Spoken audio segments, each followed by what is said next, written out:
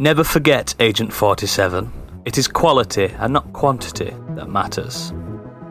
Ladies, gentlemen, and variations thereupon, this is the Joe Rogan Experience.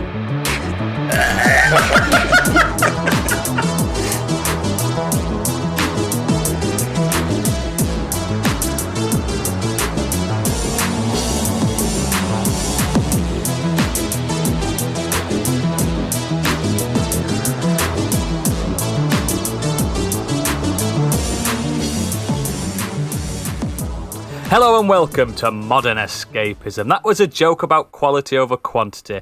My name is Oodles, consistently bad since 2020. And today I am joined by, he can go hard for 2 minutes, then he flops like a fish, it's Stig. Hello. She means well, but in the end it's just unintelligible waffle. It's Candy. Hello. Like sweet nectar ASMR in your ear canals that eventually gives you tinnitus. It's Biggie. Hi. And finally, editing a podcast is like going to a wedding. You start off smiling and happy, and by the end, you're crying on the floor in your own piss. It's Gadget. Accurate, completely accurate. I don't know. Hello.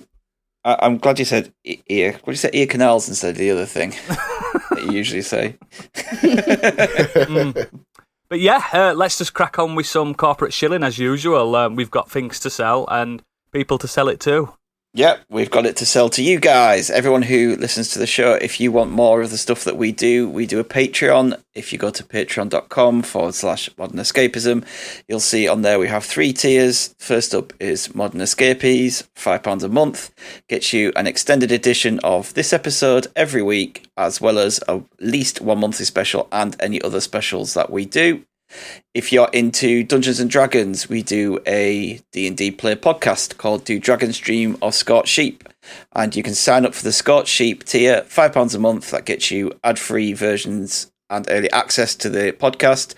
You get access to battle maps, artwork, music, character sheets, and anything we create for the podcast, and you can suggest names and NPC names and items for gadgets using the campaign. If you do have a Biggie bundle or Scorched Sheep bundle, then please do send them into Gadget. We'd like some of them. It helps. Yeah. It would. No, we just want to see some of the crazy stuff that some of our listeners would come up with. You can even invent where they're from, what accent they've got, and everything. We need inspiration. Yeah, there's no limit on it. Just go fucking weird. Yeah. And if you're feeling flush, £7.50, the Biggie bundle, that gets you everything. Yes. And we're pro-climate as well, because it's completely plastic-free. Yeah, it is, absolutely. Yeah, I always forget to mention that. But yeah, thank you. So we're just going to start as we mean to go on. I just want to know what people have been up to. So, Biggie, what have you been doing, young man? There's a few things I want to quickly mention. For some weird reason, I ended up watching The In-Betweeners this afternoon, the TV show, again. First time I've seen it probably since when it first came out. I have no idea why I sat there and watched it. And I did. And it was definitely entertaining in places. I'd forgotten quite a lot about it. Not everything in there is aged well. But yeah, we'll leave it at that. Quite enjoyed that. I saw The Suicide Squad first time. Really enjoyed that. Quite agree with most of the comments that everyone has brought up on here already. It's got a few weird offbeats in that. It's not the complete movie without a doubt. I still prefer Guardians of the Galaxy. Yeah. But yeah, I enjoyed it. It was good. The main thing I wanted to talk about was my little trip around the Isle of Wight that I did yesterday. The where? Isle of Wight. Never been. Sounds so I went. posh. My brother and some friends of his wanted to make up some numbers, so I got invited to go around on a rib, which is one of those SAS type speedboat things. Oh, cool.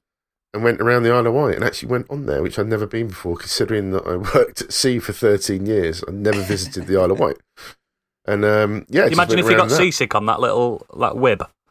Yeah, I mean, it was absolutely fine. It wasn't that bad. The weather was perfect. Great view. Speeding around the ocean on that was just amazing. Didn't have any Speed 2 moments. Certainly went faster than that fucking shit. But yeah, we passed lots of, everything on the water was there. The yachts, the police doing training. There's a cruise ship that was docked. I mean, it was great. We really enjoyed it. It's fantastic. great fun. The sea air did me a lot of good. And played a bit of Deathloop. I think we've all got something to say on that later. Yeah, we're going to do a big bumper chat about that in a second. But I want to know what Stig's been up to. This week, watched a couple of films. First up, I watched a film called Supernova. Stars Colin Firth and Stanley Tucci. Strong. Yeah, it's about a gay couple who've been together for 20 years, and Tucci's character, Tusker, starts to develop dementia. Oh. So he's a writer, and he's kind of starting to forget things. As you know, he starts to forget how to write, how to read, how to do all these kind of things. I'll be honest, I was left a little bit disappointed. Yeah, because it's a strong cast, that. Yeah, exactly. You got like two great leads there, and they do a really good job. They're really good. There's great chemistry between them two. But when I first watched the trailer for it, I was expecting a film that would kind of leave me in bits. Yeah. By the end of it, like I was with The Father. It's very much like the same kind of story about a man falling into a film about dementia and things. Which is incredible. Yeah, that's incredible. But that film left me in tears, and I was kind of expecting this film to just leave me absolutely wrecked. But I didn't. I was kind of ambivalent towards it. Really. Oh, wow. It's a real gentle and tender and intimate film, but it's just a bit lukewarm. No, I know what you mean. Some of these Oscar baited type films, sometimes they just fail, and especially at the third act as well. Yeah, I mean them two are really good. I stress that they're really good, and they're doing what they can with the material. But it's just not much happens. They just kind of go on a little road trip in the camper van to some of their spots that meant something to them in their relationship. They go back to Colin Firth's family home and kind of meet up with a family there, and this is kind of it, really. Oh, that's a shame. What was the other one? The other one was Malignant. Okay. This is a film. This is certainly something. Certainly something. I don't think I've heard of it. It's directed by James Wan. James Wan is of The Conjuring, Saw, Insidious fame. So there's been a lot of internet chatter about. So those kind of horrors. Those films I've not seen as well. Some of them are really good, actually. I think Saw. It's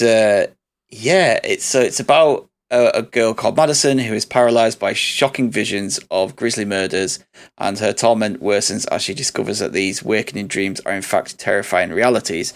So she's basically seeing these gruesome murders play out, but she's more or less kind of transported to where these murders are happening. So she can't do anything about it. She's basically frozen to the spot, and all she can do is look. No one can see her. She can't do anything. She can't touch anything. She's just seeing these murders happen. And as the film goes along, you kind of find out why she's experiencing this. And when you find out why she's experiencing this, it's just. Your chuckles are not making me feel like this is it's like a seal of quality. Is this up for Oscars? You're not supposed to be laughing at horror films. Surely not. I mean, it is. It's definitely a horror comedy. I mean, if it isn't, then it has to be. It's not. It's billed as a mystery thriller, horror, crime.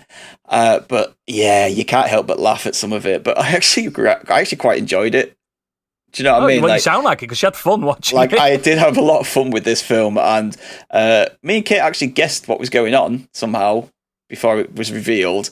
And then the last 30 minutes of this film it takes a very quick tonal shift from the rest of the film, and he just sat there going, what the fuck is going on? It's just absolutely insane, the last 30 minutes of this film, and it doesn't even seem to match up with the rest of the film. So is it a marketing thing that's billed it wrong, or is it just the fact that no one actually knows if it's a comedy or not? No, it's just James Wan being James Wan. Absolute wow. He directed Fast and Furious 7, so you'll probably come across some of his... Okay. Oh, God. What a film. Yeah, but it is... Yeah, I don't know. All I could do is just kind of giggle at it. Like, is it the less said the better for everyone that wants to go yeah, into it? Yeah, I can't spoil this at all because like Gadget knows what's happened because he's read the spoilers. Yeah, and it's absolutely insane. But we kind of guessed what was going on, but when the reveal happens and that change and shift at the end, it takes the film up another notch. And yeah, for me, it's like a 3 out of 5 film, but I really had a fun time with it. I now have a morbid curiosity. I think you should watch it just because of that. Like, it's how long is it? 111 minutes long, so just over an hour and a half. Are you able to say where it will it's be available? an hour and a half if you take out the credits. So, right, Are you able excellent. to say where it's available? yes, at cinemas at the moment. Oh, okay. Right, excellent. I'm going to move on to me. I've been playing another one of those computer games. Oh, there's silly little things, aren't there? Them games. Gamers Game are do. you? They make you do like feels and stuff, don't they? Because like this game's fucking really hit me. So it's a game called Eastward. It's available on Steam and Nintendo Switch. It's published by Chucklefish. If you don't know who they are, they did the ever addictive. What's a farming game called? What's it called? Stardew? Stardew Valley. They did that. I'm sure they did. I think so. Anyway, I believe so. I'm going to say they did. they published this, and it was made by a Chinese company called Pixpill. Basically, Eastward. Right. Does anyone know what Earthbound is? Mm-hmm. Oh, Super Mario RPG. Those kind of things. That's basically what this is. So it's a gorgeous-looking adventure RPG. It's set in the near future. Society is starting to collapse. Society. The human population is at an all-time low. And basically, you start off as John, a silent protagonist, but it's actually done well that he's silent because you've got a sidekick, an adopted daughter named Sam, who doesn't shut up deliberately. She's really hot-headed and she's just... Yeah, she's a spunky little girl, and everything about it is just proper endearing. Like, John looks like an every dad. Big beard, bit of a belly, wears a gilet and some jeans. Do you know what I mean? He's just an every dad. And straight away, the second it's absolutely stunning. You look at, and again, look at the artwork for this game. It is absolutely gorgeous. And basically, like Super Mario RPG, like Earthbound and stuff, it's a narrative-focused role-playing game where, there are battles, but the battles are basically Zelda dungeons. Where you're attacking baddies, but not with a sword, with a frying pan. As you do. Yep, and you can switch between John and Sam. Sam has psychic powers, so she can freeze enemies. John can whack them with a pan. It sounds simple, but it's not. Think Zelda-style dungeons where you've got to solve puzzles. You even get Zelda bombs. You've got to blow up walls and stuff. And it's not the gameplay that's the best thing about this. It's got that Undertale vibe where the writing is just absolutely rock solid. It's funny, and you're set basically. Very much like Final Fantasy VII, where you start off and you're underneath the world, basically. You live in slums underground, and the outside world's called the Forbidden Zone. Don't go there. And so far, I'm at about 4 hours in. We're trying to find our way out. It's just so fucking good. It's one of those things that it hits me perfectly because we haven't had... Well, we have had Earthbound sequels and stuff, but...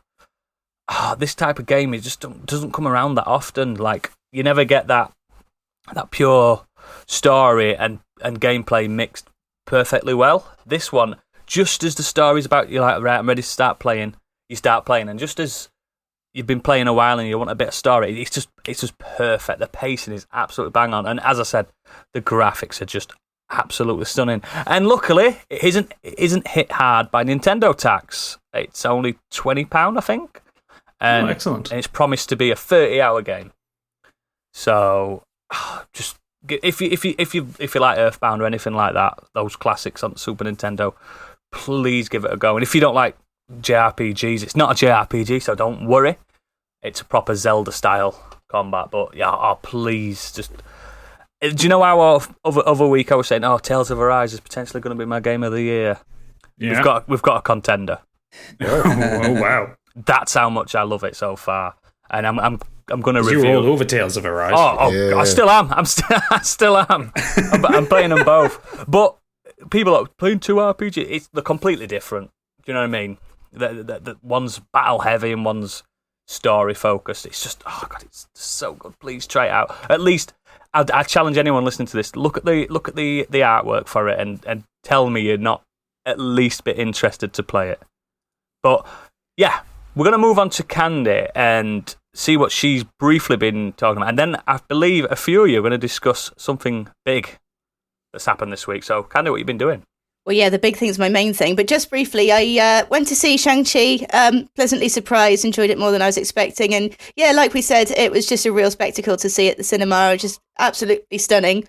A lot of variety within the styles. Some of it just felt like a callback to the kind of films of China in the last 20 years, House of Flying Daggers. And then other scenes felt like it was straight out of Cyberpunk. Oh. So I really enjoyed that. See that at the cinema if you can. But the main thing I've done, I listened to a book on Audible called The Dispatcher by John Scalzi. I love a bit of Scalzi. I was going to say, if you're an Audible fan, you would have heard of him. His books are often on the recommended list, and they're often on sale as well. And pick up any if you can. So The Dispatcher is set in a future not long from now, and it's become nearly impossible to murder someone. So if somebody gets murdered 999 times out of 1,000, they won't die. They'll end up naked but safely back in their own bed at home. It's not really explained why, but it's kind of changed everything about life. It's changed war, it's changed crime, daily life, etc., etc. And now a dispatcher is someone who's basically trained to kill a person humanely. Effectively, it's sort of a license to kill, and they're usually stationed in hospitals during high-risk operations, or they're placed in ER. It's just in case somebody's on the verge of dying of natural causes, they'll dispatch of them, and they'll end up in bed at home 999 times out of 1,000. Now, some of these dispatchers, they'll take on some freelance, more shady work. For example, they might end up working at a fight club for gangsters. So fight clubs, the fights are allowed to continue until somebody's mortally wounded at this point, because they can nearly always come back. So the dispatcher would take a payment under the table to kill the loser of the fight, so they'd hopefully wake up in bed. And the story follows a dispatcher who's hired by police to investigate the disappearance of a fellow dispatcher who he's kind of friendly with. Really good little book. It's 160 pages if you're reading it, or it's about 3 hours long on Audible, and it's kind of a genre. That. Yeah, it's a good genre spanning one. So it's kind of sci-fi, bit of a crime mystery, and really good fun. As far as I can tell, it covers most loopholes pretty well, because it does go into the sort of if, ands, and buts and everything. Yeah. I do like that when you said 3 hours. The last audiobook I listened to were 48 hours long. My God. So. I do like getting an audiobook, and it's just like, this is 12 hours. It's like, that's refreshing. Yeah. Yeah. Well, I managed to do the whole thing on a couple of drives, so it was just the right length to just to keep me entertained. But good. As I said, if you do have Audible, it's narrated by Zachary Quinto, who does a really good job of it too. So nice little listen.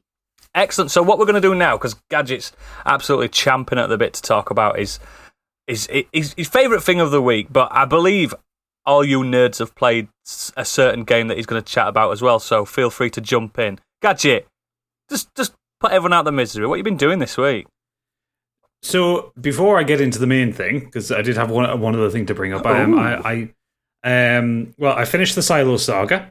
Oh yeah. Start with Wool. Fantastic. Read them all. Brilliant. Third book's incredible. So quick. So no paced. drop in quality there then, no? No drop in quality at all. I got the audiobook, so that's so did I for me.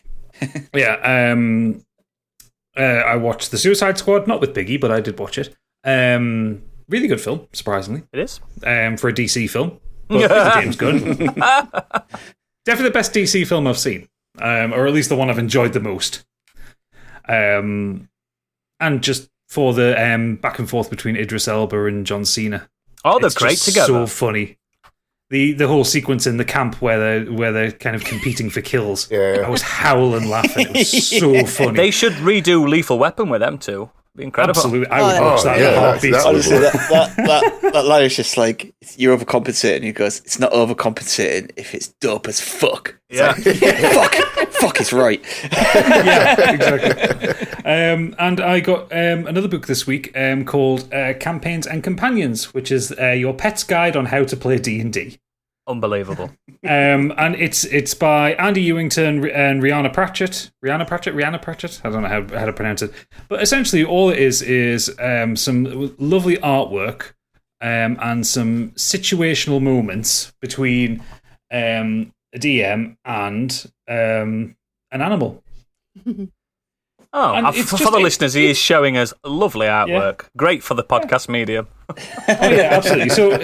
So for instance, there's one here, and this is between this is between the game master, a dog, a cat, and a hamster. Mm. So the game master says the ogre lumbers towards the party. The dog says, "I reach for my hammer of clobbering. Wait, where is it?" The cat, "My dual daggers. They've gone missing too." Game master, "Perhaps a thief lurks in the shadows." Dog, "Clive, give them back." And the hamster says, "I'm just keeping it safe." And there's a picture of all the weapons in its cheeks. I like it. And it's very funny and it's very cute and it's just lovely. It's just a little book. It's about £10, but well worth getting. But yeah, the main thing that I'm going to talk about and I'm going to wax lyrical about is fucking Deathloop. It's here. It's finally here. You all feel free to jump in on this one. This is your moment, you PlayStation 5 owning bastards. When mine eventually turns up. We'll just cast oodles out there, the non-PS5 owner of the group. Not by choice. Harper. So Deathloop is the latest game by Arcane Studios Leon. It is a time-looping, stealth them up, kill them up, murder them up. The whole basis is you play a character called Colt who wakes up on the island of Black Reef. The island itself is stuck in a time loop, and the only way to break the loop is to kill 8 visionaries in one loop of the clock. The 8 visionaries are dotted around the island in various time periods throughout the day, and you have to work out how to kill all 8 in one loop. And that's essentially it. That's the kind of the concept as quick as you like. It's super stylish. It's super fun. It's Arcane at their absolute best. It's got the best bits of like Dishonored and Prey, and even like stuff referencing back to Dark Messiah of Might and Magic, one of their earliest games. It's absolutely astonishing. Like it's one of those games that I'm playing it and I'm hooked. And when I'm not playing it, I'm thinking about it. I'm thinking about the levels. I'm thinking about the areas. It's got a gorgeous kind of 60s, 70s vibe and aesthetic. One of the best soundtracks in a game I've ever heard. All original music as well, and it's absolutely banging. Do you know what I really like about the music and the soundtrack as well? Is when you're wandering around, it does those like little kind of James Bond little guitar riffs. Yeah. Ding, ding, ding. Yeah, it feels like very much like you're wandering around in a Bond like thing at times because of those little guitar riffs and stuff. Yeah. The dialogue and presentation, especially between Colt is an assassin, and there is a rival assassin, Juliana, who it's quite clear Colt and Juliana have had some kind of previous relationship or previous history with each other. The banter between them is fucking incredible. Like every time you kind of wake up at the beginning of a loop or you walk into a new area, Juliana will kind of pop over the radio and kind of berate Colt slightly, or Colt will ask her a question and then tell her to fuck off when he doesn't get the answer he wants. But their back and forth it's really natural. You can tell like the actors have done well to make it sound like they know each other well or have a long history together. Yeah, I assume it's the same for everyone. It comes out the speaker of the controller. I was about to mention that. But it's so. I've actually switched to playing with the controller only because it's so much fun. It's obviously it's not just the voices that come out the controller. It's the way the ammo drops onto the floor as well, and the way you're using your little jammer and everything. So much comes out of the controller. It's absolutely fantastic. Yeah. See, I found that with when Ratchet and Clank that a lot of the stuff comes out of the controller now. So there's a lot of sounds and like stuff over the radio and that as well in that game that comes out of the controller. I just quite like that they're actually using the stuff they've put in this controller this time round. Yeah. Yeah, absolutely love it. And like you said, the voice acting and music is just superb. The sense of humour is amazing. Now, I said to you, Gadget, before we started recording, I wrote a load of notes about this, and I managed to actually sink my teeth into the game properly this afternoon after I wrote those notes, and I'm going to go back on everything I said, because I did struggle at first. I had quite a few freezing issues, and I did get wedged into the scenery. And I'd played it for about 4 hours, and I had about 4 instances of that. So that was a bit of a turn-off. But since then, it seems to have sorted itself out a little bit. So I'm really, really enjoying it. And like Gadget said, I'm just thinking about it now. I just want to get back to it. It does feel very familiar to play if you have played Dishonored and Prey and everything. That's weird. I've not had any crashes at all. I don't know about anyone else. No, I've had no crashes. I've had the odd little like kind of texture pop in and out, but it's a Bethesda published game. You have to expect it. Todd Howard sat in the back of the office pressing the Bethesda button. What are you playing on, Candy? Like what type? Because I'm playing on performance. Same. I switched it to the medium one, but this was before I started playing on performance, and that's when I had the issues. Okay. So I switched to the medium one, and it's still done the same thing. So I think I was probably just unlucky. I had to look online, and other people have had the issue. But like I said, the last couple of hours of gameplay, it hasn't been so bad. So I think I can safely go back on that and wipe the slate clean. Do you know what I really love about it as well? And I've been told that this is very Dishonored-like. It's just like the hopping up buildings and jumping over onto the rooftops and doing different ways to take people down. And it's not just like, oh, there's some people there, walk down this alleyway and kill them. It's just like, I had one where I was like hopping on the walls, like there's people below me. I was like, how do I take them down? I was like, fuck it. I just jumped off the roof and went down with my machete and just literally cleaved right into the guy's head. It's like, oh, just do it like that then. My favourite ones are just kind of wandering along a cliffside or a wall and just seeing like a lone guard there and just booting them off the cliff. Yep. That's an achievement. It's a as very well. satisfying kick attack in this one. It's like something out of Doom. It's great. I have to say, I'm using the machete for the majority of the time. I don't start. I'm going sneaky, but that's mostly because I'm a PC gamer. Like I'm shit at shooting first-person shooter games with a controller, so I'm just sneaking everywhere. Anytime I'm in a gunfight, it's just panic firing. Yeah, it might be me getting used to the control. One of the issues I had quite early on, once you get shown the sort of as you go through the tutorial side. There's the first time you come out of the main area and you want to have a look around the island and discover. And I found a group of people, and there's that option where you press, I think it's down on the D-pad, and you focus on people. Yeah. And it tells you an idea of what sort of state of mind they're in, how they might attack you, stuff like this. And I somehow accidentally switched my weapon from having the hacky-majig or something, I think it's called. Hacky-majig, yeah. And I switched from that to my gun. And I went to go and do something, and I just started shooting, caused a complete gunfight. And I was like, fuck, I swear I had my thing in my hand then, so I'm not quite sure. It's just getting used to the controls a little bit. There's a button for almost everything at the moment. Yeah, because you can have dual weapons, can't you? So if the left L1 would be where you use your hacker, but sometimes you can put a gun in it, or grenade. Do you know what you just said about then, Gadget? You said, that it's just manic when you're shooting. Yeah. I had a guy, literally, it made me laugh loads because they were shooting back at me and I just heard someone shout, "Suppressing fire!" And it just obviously reminded me of Archer where he just shoots. There's loads of little references like that in it. Yeah. It's a very knowing game. Like, it knows how silly it is. And I think that's part of the joy of it. Like, there's you get these tooltips that are kind of like written on the environment as you walk around. It's like, I think it's from Cult's memory or a different timeline Cult or something like that. And there was one that walked around. Like, I'd been doing lots of sneaking kills, and it was quite. It just said on the wall, "Bullets are free. Have fun."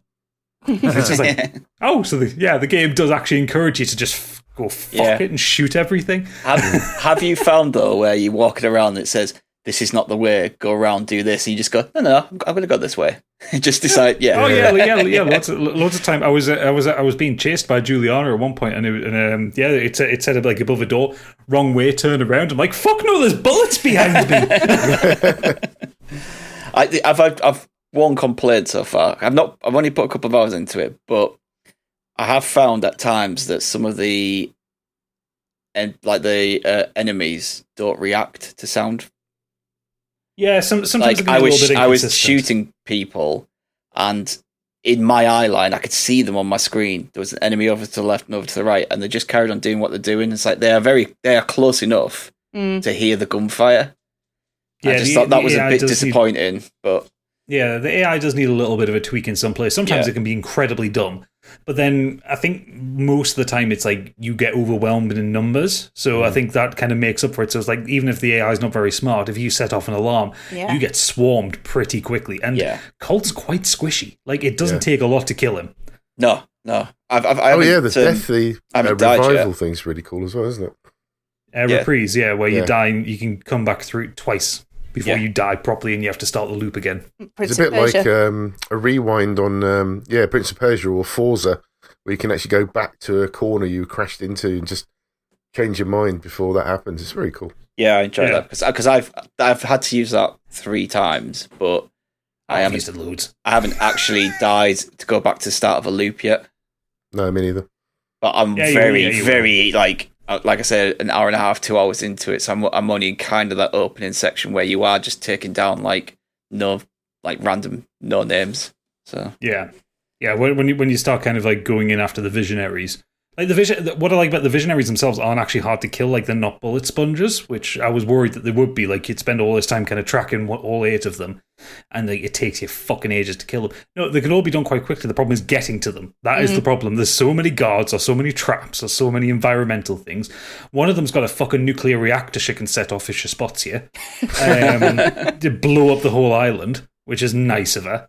And they've all got some kind of quirk. Like one is a sniper that kind of uses a cloak, and you have to try and like work out how to like make him visible again before you can attack him and stuff like that. You know, they're just fun. One of them is constantly is massively paranoid, so like he stops you being able to use your powers. So you've got to you don't get the reprise. You've got to do them in one life, or otherwise you go back to the beginning of the loop. It's so clever, and like everything just feels like mini levels of Dishonored, stitched together in a really kind of semi-open world. Really good.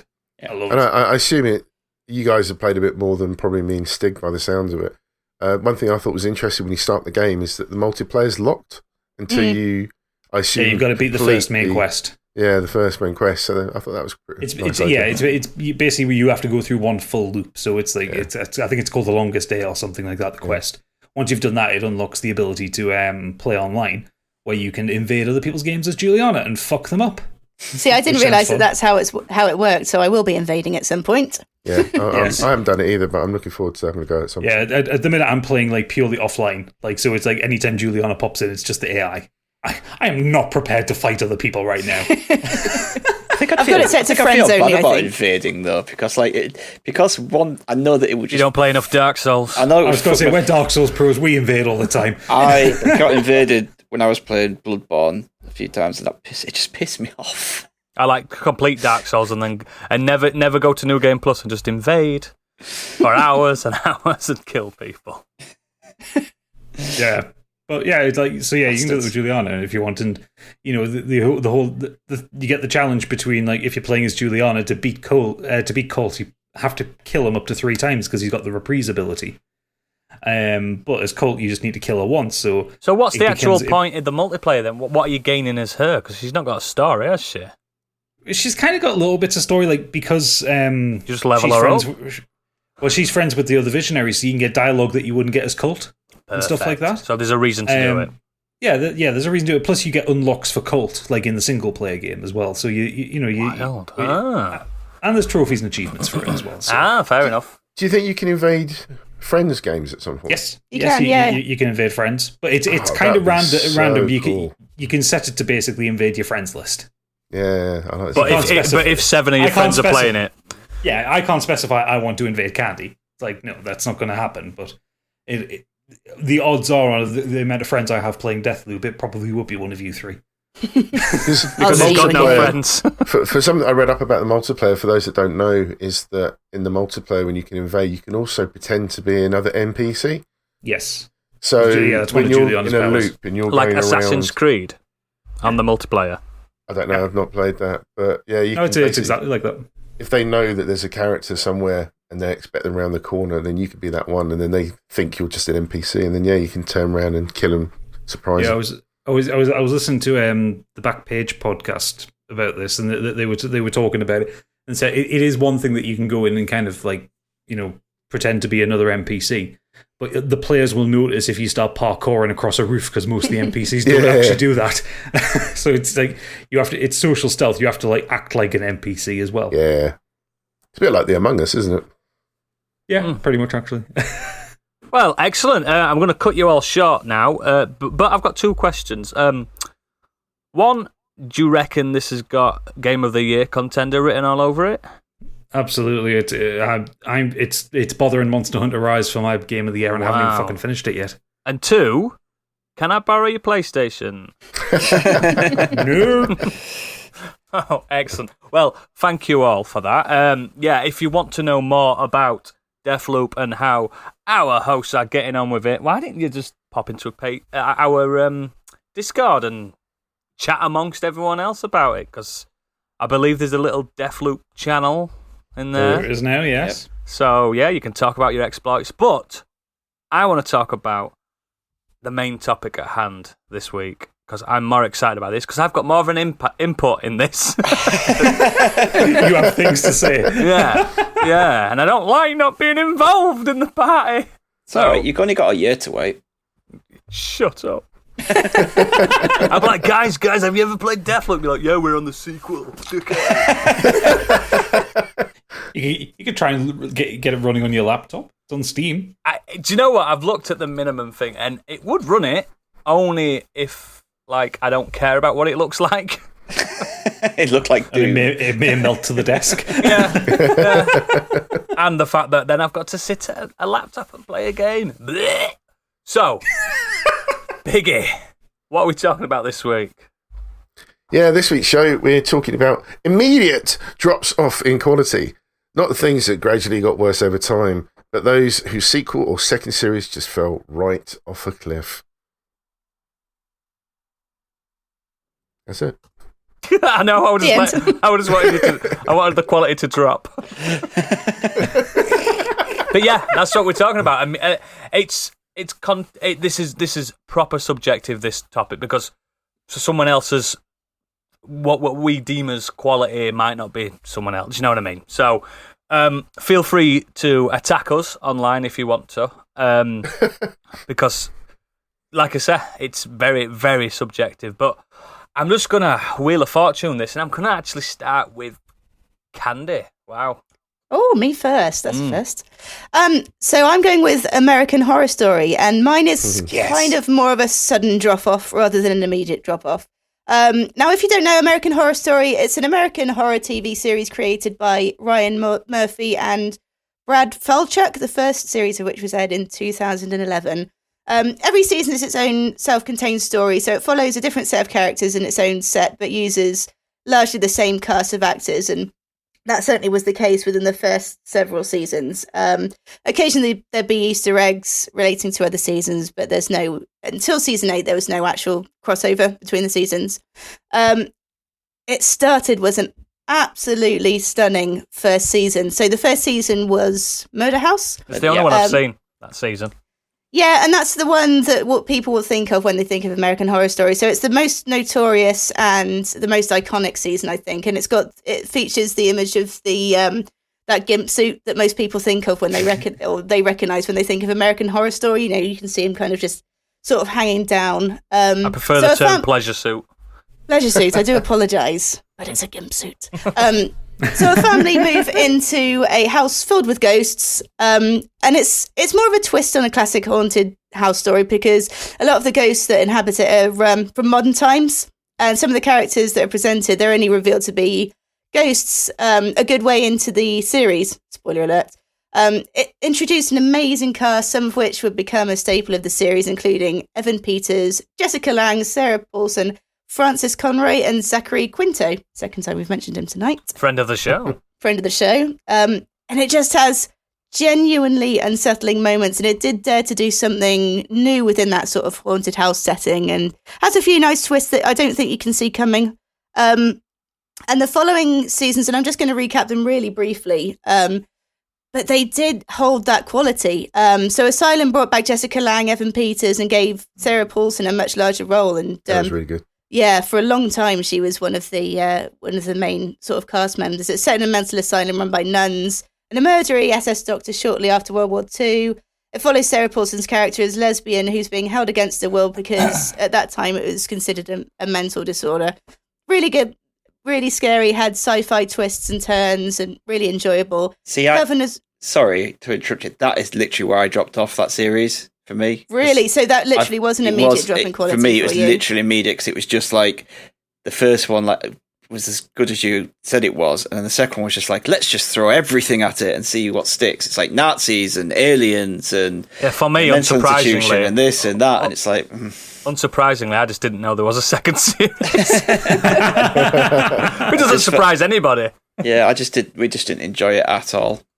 So maybe it was me that managed to stay around, but there certainly was a very sudden drop in quality. Coven, the third one of my favourite seasons, based around a coven of witches, introduces Angela Bassett, who's an amazing writer and director as well as an actress.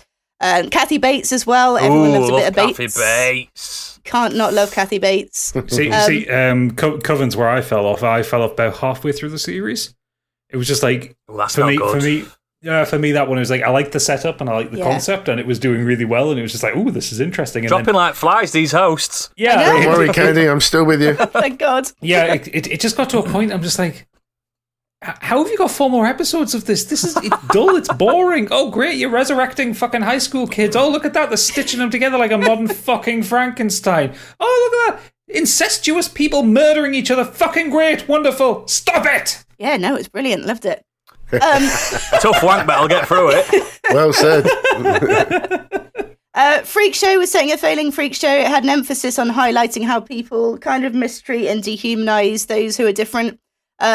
So that was an interesting take as well. And it also featured the most horrific looking clown I've ever seen in my entire life, Twisty. Oh, absolutely just awful. God awful. Hotel as well. I really enjoyed Hotel, based on the real life Cecil Hotel in downtown LA. And this is where I got caught. Oh, we've lost another. No. About halfway through Hotel, I just drifted off. Somebody got cow-gunned. Well, that one features Lady Gaga, and she won a Golden Globe for that, for Best Actress in a TV role. I do like Lady Gaga as an actress. She's really good. She's really good. Yeah, she wasn't the problem. I think that just the plot just lost me for some reason, and I still intend to go back and see where it's got to, but yeah, carry on. So this is where it lost me. You're on your own now. Yeah, afraid so. So, as I said, I enjoyed every single season, and I thought they were all solid. Obviously, you don't agree, but this is what I have to say. Subjective, like I rewound everybody. This is Candy's moment, so you. Yeah, exactly. So the next season, the 6th season, was called Roanoke, and they did Roanoke slightly differently. So there was a lot of hype around it because they didn't actually announce what the theme or the title was until it first aired. So the moment the show started, that's when everyone found out what it was. And it just took an absolute nosedive because it was kind of presented in a slightly different way to all the other series. So rather than just being a classic story, it presented itself as a kind of reality TV series. That didn't work, but that was just half of the season. The second half was the original cast so it was the cast playing the people going back to the original house, and they then got affected by the actual ghosts and the cannibals, and oh my god, it was just so awful to the point I literally thought that the directors were trolling us. So it's Nightmare on Elm Street, the new Nightmare then? That's basically the plot of that. For me, it sounds like they're trying to do a Black Mirror, but just really badly. I can't even. No, it wasn't even quite that, because it wasn't. Because Black Mirror is good. Yeah, but that's what I mean. Like they've tried because that was obviously good. Like really successful, and like but aren't they just they tried to copy it, and it's just shit. Yeah, they're all anthologies. Black Mirror's like one episode, though, but so is this story. American Horror Stories. Each season's an anthology. It's still using the same thing, but taking a lot longer to do it. But that just sounds like an hard pill to swallow after everything what people expect. That's in my opinion. Yeah, I think he just tried to do something different and it failed. And the acting as well, it was just uncharacteristic. It was just bad. Uncharacteristically bad for such a strong cast and such a seasoned cast as well. And I suspect that because they lost a couple of the main players as well in the cast, and that probably didn't help. Sometimes you don't need it to be clever. Some people don't want that. People get comfort in what they know. So instead of doing this row and oak thing, why don't they just do like, aliens this time? Oh, do you know what I mean? Jessica Lange was seriously carrying the first few seasons of that. Like she was the heavy hitter that helped push everything forward. And when she kind of gave up and kind of like buggered off, like apparently the quality, that's when it kind of started to nosedive for a lot of people. Do you know what I think? The thoughts just occurred to me. I think they were probably trying to do more like a Paranormal Activity kind of thing. Yeah. Rather than a Black Mirror thing. I think that was probably the case. But I've watched seasons since that, and it just hasn't recaptured the magic. So I actually watched the 2 seasons after, and they were just dire as well. They took all the horror elements out, became political. Certainly the following season, it was called Cult. Was it like American Horror Story, The Inauguration? Yeah, that was pretty much it, to be fair. Yeah, one of the characters who was a huge fan of one of the leaders, shall we say, actually took Cheetos and rubbed them into his face to mimic. Oh, no. Yeah. Oh, no. No, I'm not into that. No. Where's the horror? Or maybe that truly is the horror. Maybe I'm wrong. That is ridiculous. Satire is dead. Satire is dead. It's when they're trying to be too fucking clever sometimes. Ugh. Yeah. Just lost it. And there's a spin-off as well, American Horror Stories, and it's just come out on Disney Plus in the last couple of weeks. And I watched the first 2 episodes of that, and if that's anything to go by, then the original American Horror Story hasn't got any better. Kill it now. It's a shame. Really enjoyed it to begin with, and then just that immediate drop-off. Wow. So I'd like to know if any of his listeners are into that show still and like swear by it, because as I stated earlier, I didn't even know there was a second season. I thought it was like that Haunting of Bly Manor type thing where you just get one. There's a fucking... There was a second season of that. That's a brilliant... Really? Yeah, that's one of my honourable mentions. That's a good honourable mention, that one, because fuck me, that second series. I'd see. This is what I mean. I don't, because obviously, as we all know, fingers are always firmly on the pulse. Absolutely. I didn't know American Horror Story had a season 2 or anything like that. So it's like 8. Yeah, I know. I've realised this now, but that drop in quality means that maybe earlier than what Candy said means that I probably hadn't heard of it because no one around me's talking about it. No. I mean, there was never a moment when Breaking Bad was on that no one wasn't talking about it. Do you get what I'm saying? That's because obviously I'm not scouring the internet like a lot of you guys who are like, I need information. It's a problem when you look at the impact of something like the American Horror Story when it first came out. That way that they did it was so well. Yeah, even I'd cottoned onto it. The plot, the production, it's so good. And I was gripped through that. And again, we all were gripped to a point up to whichever season we dropped off. But the formula was there. To deviate too much from that, and it's clear it's lost its way. I wonder if that's the problem with anthology series. That at some point there's just going to be one that you just don't like. Yep. But this is why I prefer the episodic anthologies, Crypt Keeper, Black Mirror, all them type of things, Twilight Zone, those things, because it's just that one episode you've got to sit through, do you know what I mean? Rather than a full fucking 10, because Americans love a long season, don't they? Oh, don't they?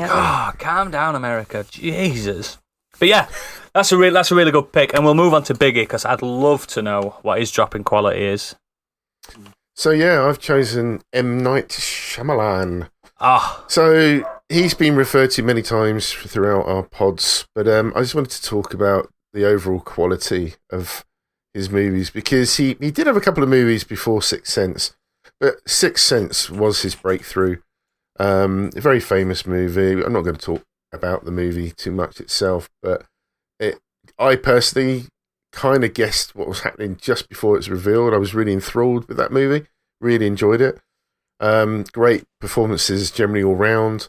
He went from that to Unbreakable. Again, great superhero take. I thought that was fantastic. Yeah, I like Unbreakable. Yeah, it's great. Works as a standalone movie. It should have been. Yeah, ignore the... He then followed it up with Signs, which... It's one of my scariest films ever made. It changes every time I see Signs. 1 minute, I didn't like it when I first saw it. I think And it's then the second time incredibly I scary. saw it, I thought it was really good. And then third time, I think I just go in and out of that movie. It's a strange one for me. It's terrifying.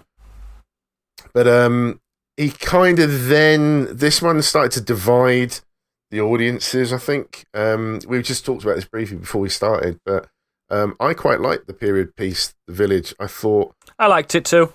it was entertaining. I've only seen it once because I feel like you only need to. Yeah, it was weird. It had a great reveal, I thought, at the end. I really, Same. again, was drawn into the storytelling throughout that movie. I thought he did a great job, but a lot of people didn't like it. And then that's kind of where he fell off.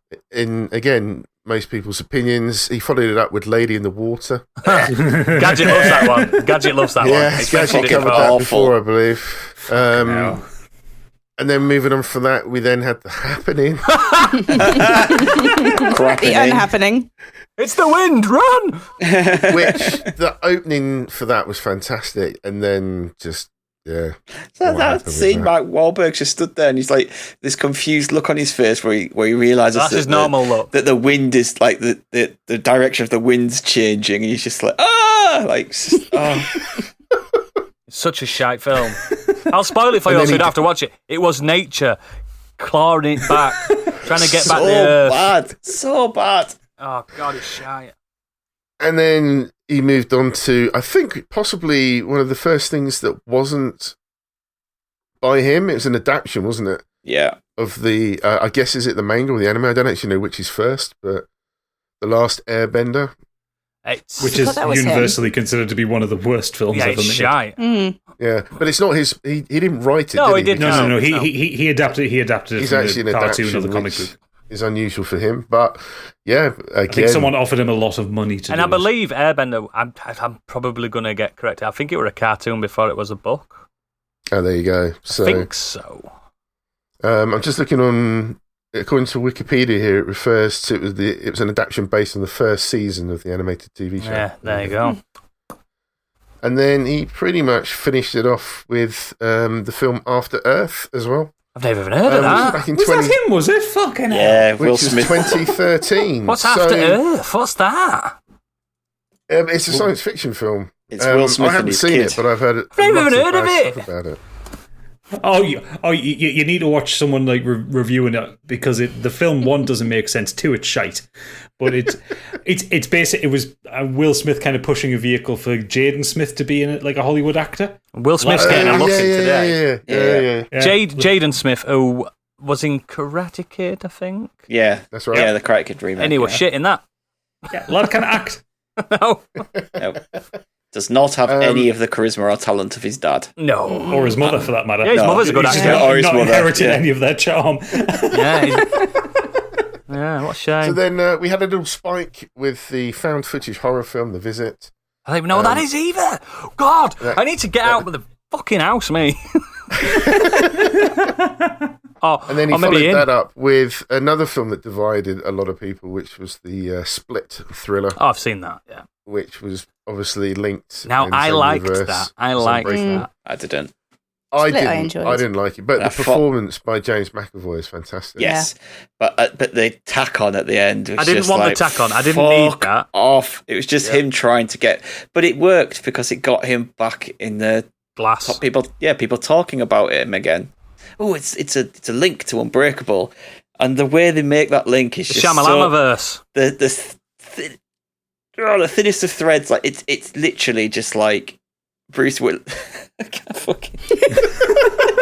Some woman is sat in a diner and they're watching the story about what's happened on the news, and she turns around and says, "This is like that time from a few years ago With the but train wreck. with that guy. What was his name?" And Bruce Willis turns around and goes, John McClane. His name was Mr. Glass. And I'm like, it was nothing like that time at all. Nothing in this story involving James McAvoy kidnapping these girls and then murdering them and doing this and having split personality is anything like Samuel Jackson's character. Where he did did. Samuel Jackson Not trying to at cause all. earthquakes?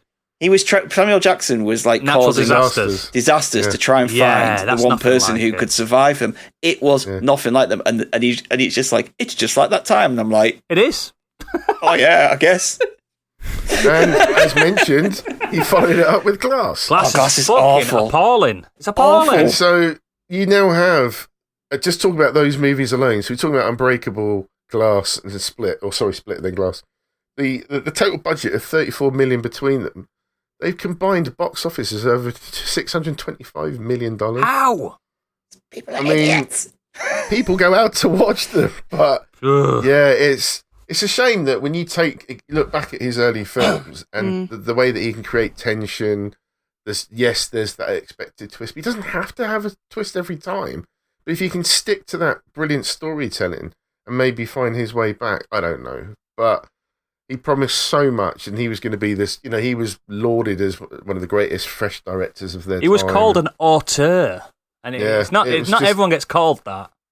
No, he didn't deserve it. I did love his early movies. I thought they were great. Unbreakable, I adore that movie. Yeah, I think Unbreakable's brilliant. A different way to present an origin of a superhero. I thought it was brilliant. Yeah. I thought they Bruce did Willis and his kid well. in that—they're incredible together. Then Brilliant chemistry. Really, really good. And he pulled out that brilliant performance from Haley Osment. Yeah. As the kid in Sixth Oh, Sense. he didn't age well, did he? No. He's got the same face, just a bigger head. I think he's adorable. What are you talking about? He just looks like a normal man in his mid-30s. He looks haunted. He looks lovely. Look at it again. He looks like he's got the same face. You can see ghosts, but his head's got really big. He can see ghosts. That's probably why he looks like that. I mean, he looked fine in The Boys. Did he? Yeah. Yeah. Just looked like a slightly podgy man. Oh no, it's nothing to do with his weight. It's his face is too small for his head. Yes. That's exactly what it is.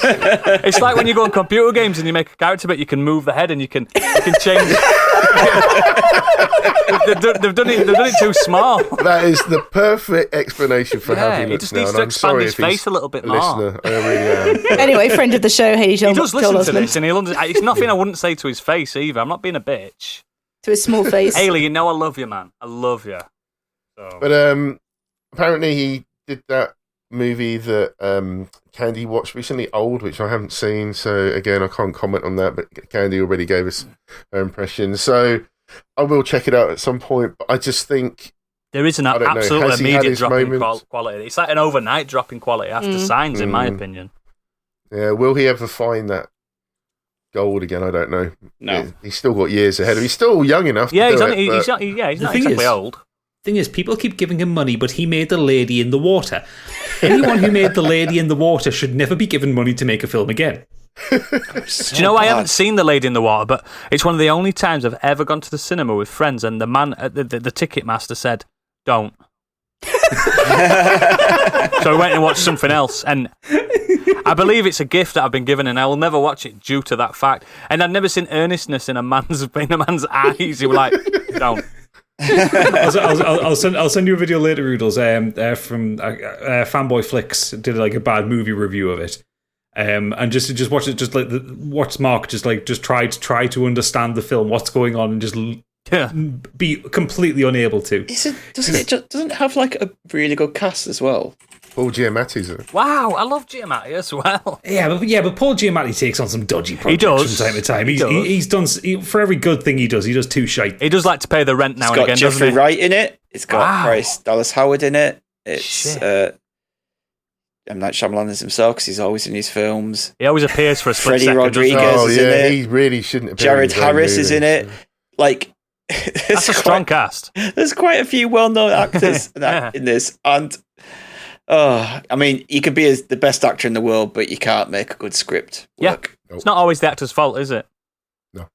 Wow, great pick, great drop in quality. I don't think many people are going to argue it. I know there are like devout zealots of his that believe everything he touches turns to gold, but you watched that Last Airbender, fucking hell.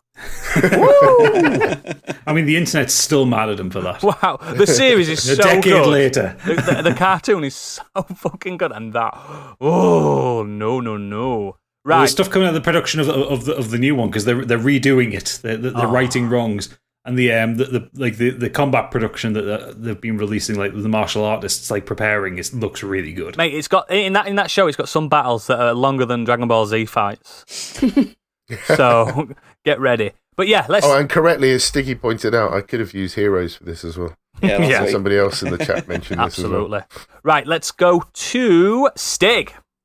Okay, mine is something that happened on various projects over the course of the mid-90s to the late 2000s.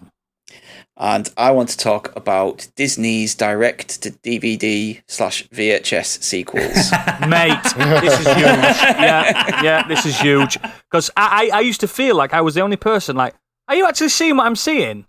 This is shite. Like Lion King 2. What? Like, there's some Disney classics, amazing classics like Lion King, Aladdin, Beauty and the Beast, The Little Mermaid. A lot of people love these. Pocahontas, Hercules, Mulan, like just Hunchback. All these classics that did ridiculously well, score really well, made shitloads of money. Yeah, some won Oscars and everything. Yeah, and rather than making follow-ups for them like they do now, so now you get Frozen 2, you get Wreck-It Ralph 2, like they actually put the money and the time into making these. They just churned out these absolutely terrible direct-to-VHS/DVD, but usually direct-to-video. with different voice actors as well. Yeah, so there's about 40 of them.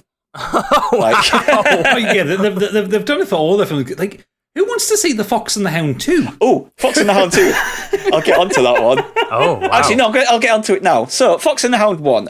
I quite liked that when I was a kid, but right. in that film, they act like normal animals, right? Yeah, they're talking, but like they are nothing out of the ordinary. Is there? It's two animals that form a friendship and nothing.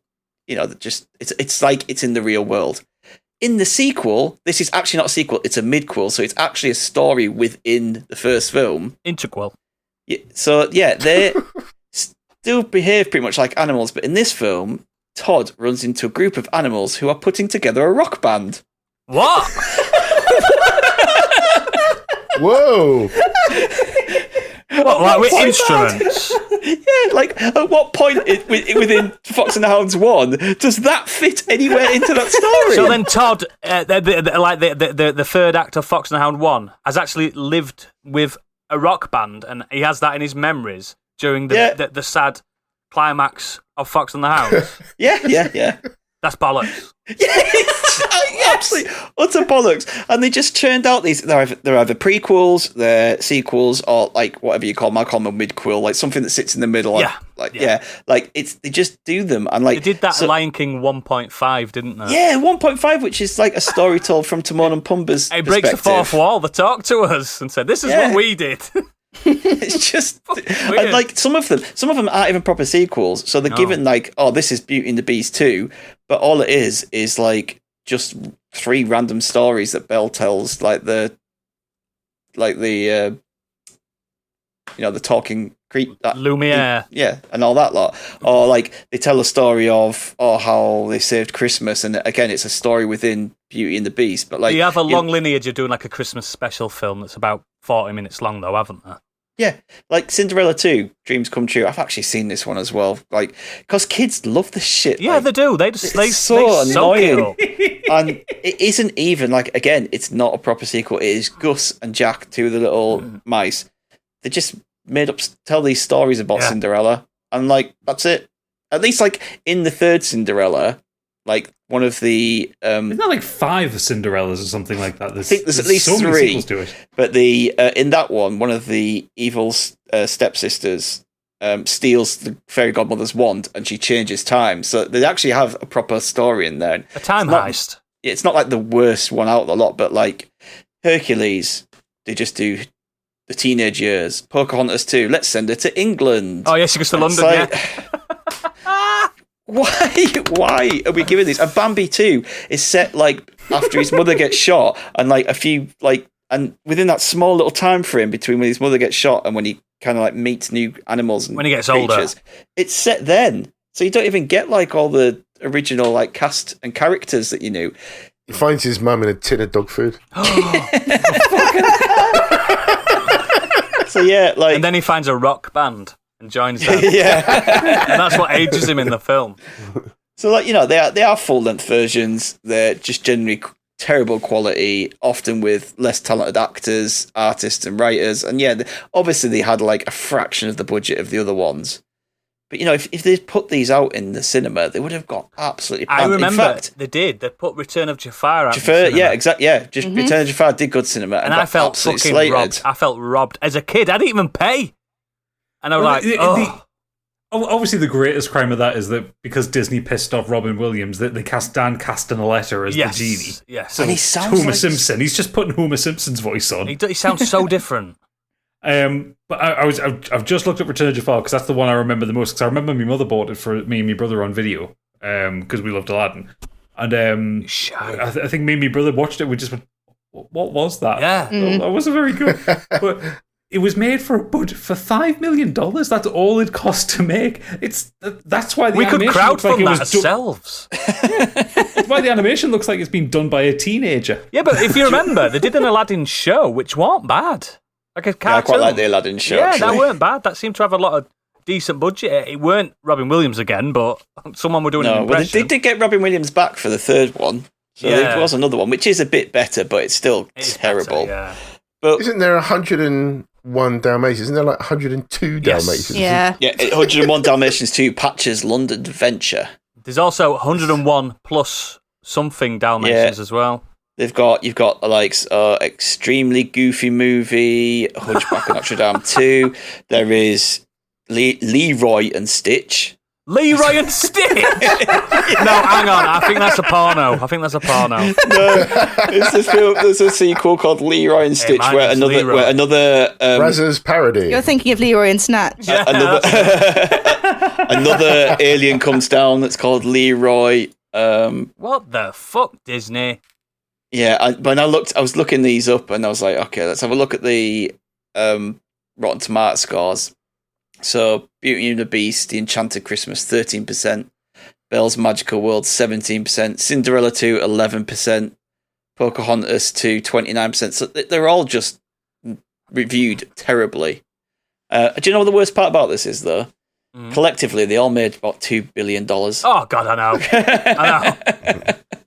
It was the Walt Disney seal of quality that didn't really exist. Yeah, but I just don't get it. Like, if you wanted to do a sequel to something like The Lion King, which was huge, and like you said, it's an amazing film. It was Shakespearean. It was incredible. Yeah, why not put the effort into making a proper sequel like they did with Toy Story 2? Yeah, well, that's Pixar. Toy Story 2 wasn't Toy Story 2 supposed to be a direct-to-video? That's incredible. One? Yes, it was. And it was Tom Hanks and Tim Allen. They said, "No, we won't do this unless you put it out in the cinemas." And look at them, they were right. It's the better one. Yeah, they were right. Yeah, not because they had the ego. Like they read the script, but the script is really good. You can't just put this out on video. Yeah, but I mean, like I said at the start, they are doing it now for if they think they've got a good thing. I mean, obviously, Frozen 2 is you're going to put that sequel out. I really like Frozen 2 as well. I think Frozen 2 is better than the first. Yeah, personally. I think I do actually, mate. Yeah, really good songs in there as well. Yeah. Well, what Pixar do now is they have all their little short stories, don't they? Oh, some of them are brilliant. There's loads with Buzz and Woody and stuff like that, and they're really entertaining shorts. They're really. Did you watch the Halloween one? The Toy Story Halloween one's it's brilliant. Yeah, they're very good. But yeah, they've stopped doing these now. I think the last one they did was 2008. So yeah, they've just completely stopped it. I mean, they even did a bloody sequel to Atlantis. What? Yeah, you know what I mean? I remember what happens at the end of that. No, they also did a sequel to The Emperor's New Groove. Kronk's New Groove. Honestly, I fucking love The Emperor's New Groove. Emperor's New Groove is amazing. It's one of my favourite Disney classics. It's great. And Kronk is an amazing character. When they were going to do a sequel of Kronk's New Groove, I was like, oh, that's cool. And I watched it, I was like, what the fuck is that? It's got a 0% on Rotten Tomatoes. Yeah. Wow. It's terrible. So yeah, immediate drop off in quality, all the direct-to-video Disney sequels. No, that is solid, mate. I love it. Totally agree. Excellent. So, I'm going to go on to the next one. The mid-90s were a simpler time, weren't they, guys? Boy bands were dominating the airwaves. Curtains, well, we're bringing those back, aren't we? Well, you are. Frosted Tips. And Will Smith... Can you do frosted tips and curtains? I'm doing it now, baby. And Will Smith could do no wrong. He really could. Oh, he's done plenty of wrong. Fresh off the monster success of Independence Day. Now, let me remind you, critics did not like Independence Day, but everyone else did. Everyone else did. To be fair, when you break down Independence Day, it's terrible. Not a very good film. Terrible. But it's so much fun. It's so much fun, but it's jingoistic bollocks. Something special came. So, the former Fresh Prince donned a black suit and dark sunglasses to star alongside Tommy Lee Jones as a pair of ultra-secretive extraterrestrial police. Yes, I'm talking about the Men in Black. Now, Men in Black is one of the finest fucking films from that era that you can... It is incredible. Can anyone here doubt me? Comic book adaptations. It's one of the best comic book adaptations because it changes the source material and makes it better. Yes. It's so good. It's one of the best films of the 90s. I think it is literally top 5 90s, like, family comedies. It's not. No, I just mean films in general. Yeah. I just think there is not a bad frame in that film. Like everything. It's not wasted at all, is it?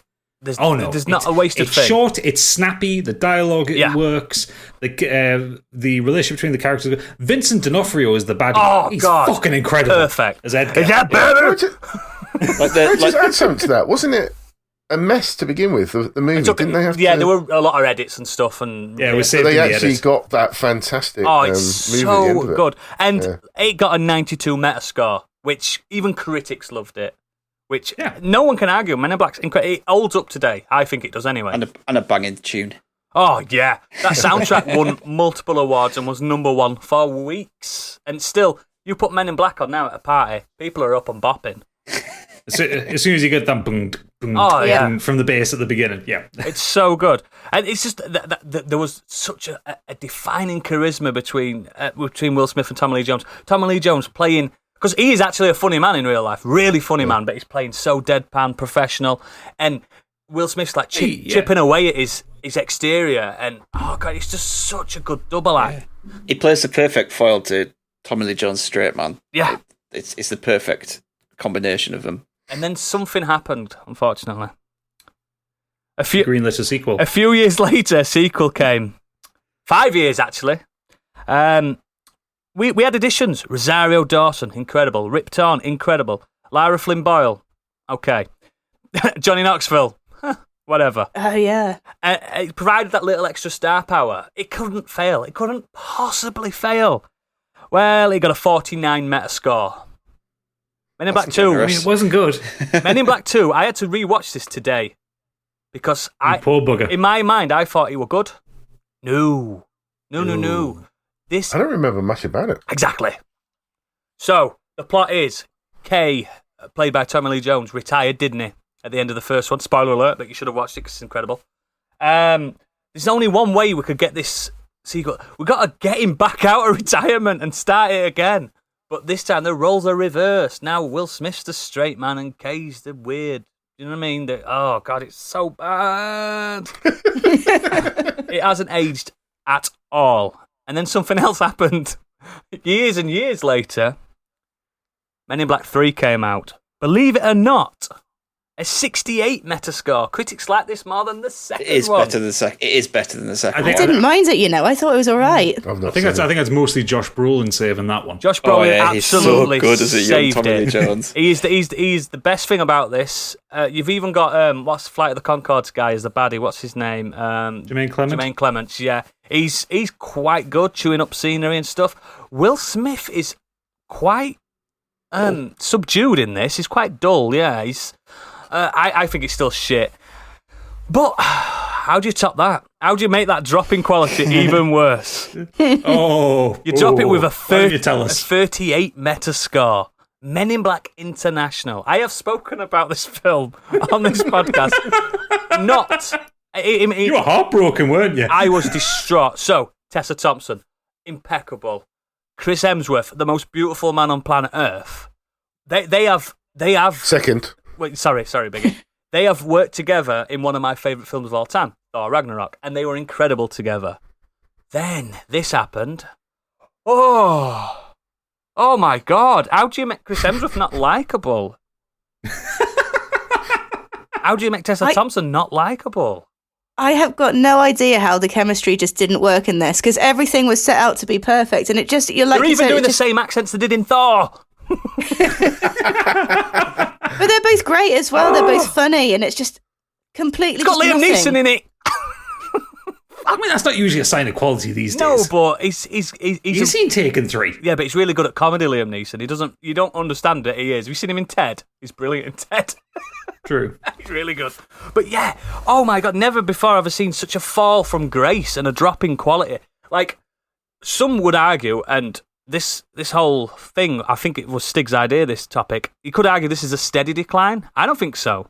I think a massive... Oh no, it fell off a cliff after I think the it's first a massive drop from the first one, and then a kind of a rise again. Oh, you can enjoy the third one. Yeah, we can enjoy this. We like this exists. And then boom, plummet, straight back down to earth. It's like falling down a set of stairs, isn't it? Oh, Men in Black International is one of the... Weren't I buzzing when this trailer came? I was like, oh, this is going to be incredible. Yeah. I was so happy for it. And then, oh, God. And I think that's probably killed it now, hasn't it? Yeah, he's dead. Well, it's a sequel that didn't need to exist. It was only made because someone had the license and didn't want it to lapse. Yeah. But, I mean, you could do a really good Men in Black film now. Like, when they said we're going to do Men in Black, it's got Chris Hemsworth and Tessa Thompson. Great. Like that could be really great. And then there was rumours that they were going to, because it's 21 Sony, Jump Street. They were going to link it with 21 Jump Street and have like a crossover. And I was like, that sounds kind of fun. Yeah. But yeah, I have no interest in even seeing International now. No, I'm not kidding you. It's like even like Tessa Thompson and Chris Hemsworth, they joke about how bad it is. They know. I mean, saying that, Chris Hemsworth knows how bad the Ghostbusters one was as well. So it's he was literally paid to be pretty. He was the best thing in it. He was by far the best thing in it, and he is, unfortunately, in International, he is probably the worst thing in it, which just it floors me because he's like one of me man crushers. You know what I mean? It's like I could stare at him all day, but when he's so bad at acting in that, it's like the lines they tried to give him like a James Bond edge to him, and it's just not good when you're James Bond, but he's still being clumsy, like clumsy Thor. Do you know when Thor gets clumsy? Oh, look at me, I'm in a cage. Oh. Yeah. I mean, who directed Men in Black International? I don't know. Oh, it were a war crime. Gary Gray. Yeah, well. Oh, he's terrible. Well, he needs to stand trial. So the thing is, the reason why Chris Hemsworth and Tessa Thompson work so well in Thor Ragnarok is they had Taika Waititi directing. That's what it is. He's an incredible director. Yeah. Gary Gray is not a good director. What has he done? The remake of The Italian Job. Wow! Whoa! Whoa! That's so bad. Oh, do you know what? Actually, he's done some good ones. He did do Friday. He did Fast and Furious 8. Oh, F8's incredible.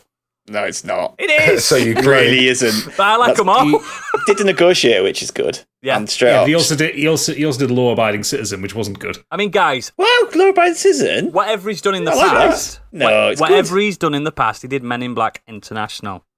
Now, just everything about it is shite. Oh God, it's so bad. I kind of want people to watch it to just.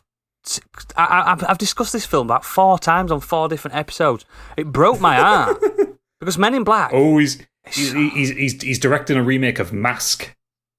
What, as in Jim Carrey? No, as in Mobile Armored Strike Command. Oh right! Oh wow!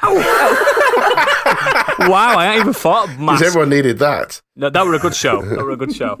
But wow, it's just such a fall, such a decline. Like. I had to remind myself, like Biggie said, he can't even remember if Men in Black 2 was good. You can't remember it, can you? But it weren't. It really isn't. There's like 2 good bits in it. Men in Black 2, I think, must have had production problems or something because it like ends so suddenly. Yes, I watched that today and I was like, it's almost like it's a 2-act film that it doesn't seem to follow like a 3-act structure or anything like that. And it just kind of. You just kind of get to the end and it stops. Yeah, it's really short as well. It's like 87 minutes or something. It feels to me like it was like additional scenes that they just turned into a film. Yeah, it's so bad. And they didn't need to have Johnny Knoxville in it. He's not a good actor. Yeah, he's not. But he's just popular at the time, wasn't he? That's why. Yeah, it was because Jackass was the thing. Fine, chuck him out of a flying object. Yeah, great. Hurt him, fantastic. Yeah, he's got the charisma for that show.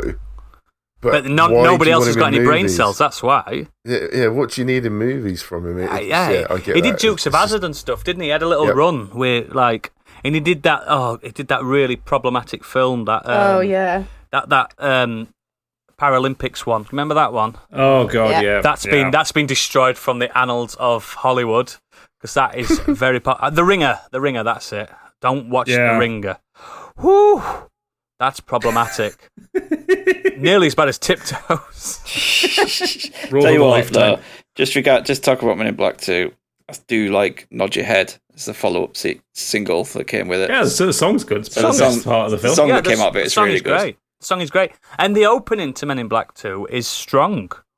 Like, it's Kay and I think it's Patrick Warburton as his partner. You know, who plays Joe Swanson in... Kronk, yeah. It's them, and I thought, it's going to be about these two. No. Actually, that would have worked. It would have worked. Patrick Warburton's a very funny man. He plays the straight man very well. It would have worked perfectly, but no, they had to get Kay out of retirement. Do you know what I don't like about... The main thing I don't like about Men in Black 2, it's cruel. It's a very cruel and kind of evil film. Like, Kay is really happy in his real life, being a postmaster. And the woman, Rosario Dawson, her life gets ruined, and everyone's really happy until Will Smith turns up. And, like real life, really? No, it's not, because Will Smith's so lovable, isn't he? He's a nice bloke, by all accounts. And it's just, I think it gives you a bad aftertaste. And I'm glad Men in Black 3 were a little bit better, but International exists, and it just, for me, it tarnishes the whole thing. There's only one Men in Black film. Yeah, there is only one Men in Black film. It says how bad it was that the sequel was that bad that I think it took them 10 years before they even looked at doing another one. Yeah. So.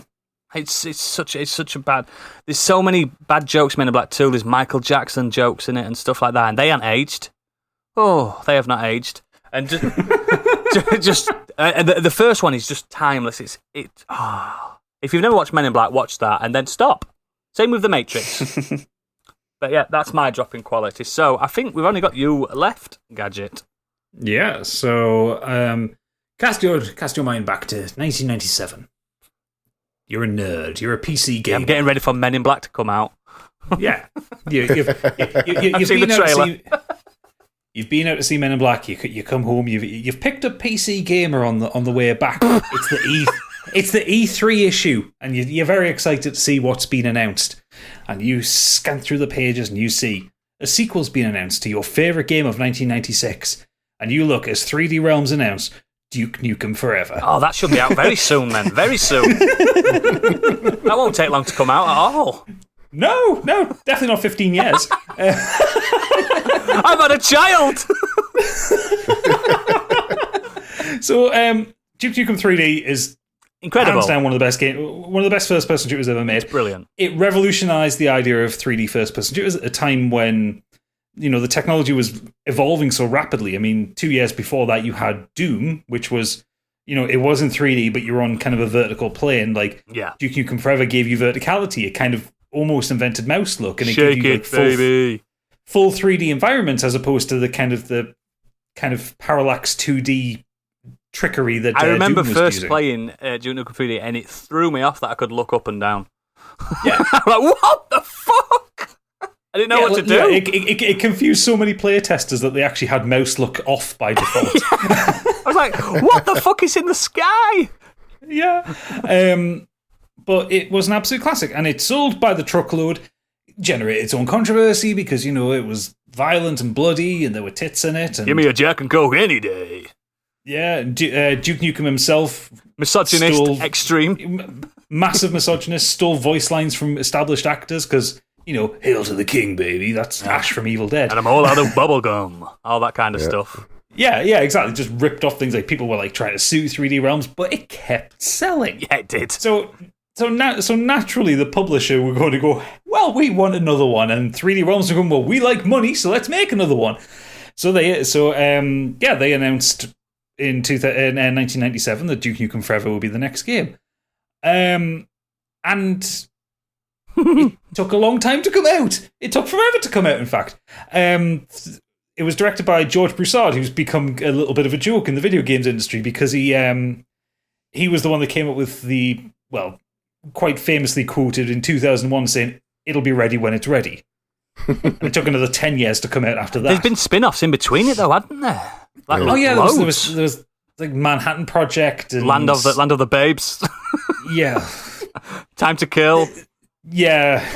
So the problem with Duke Nukem is like what a 90s geek thinks a cool guy is.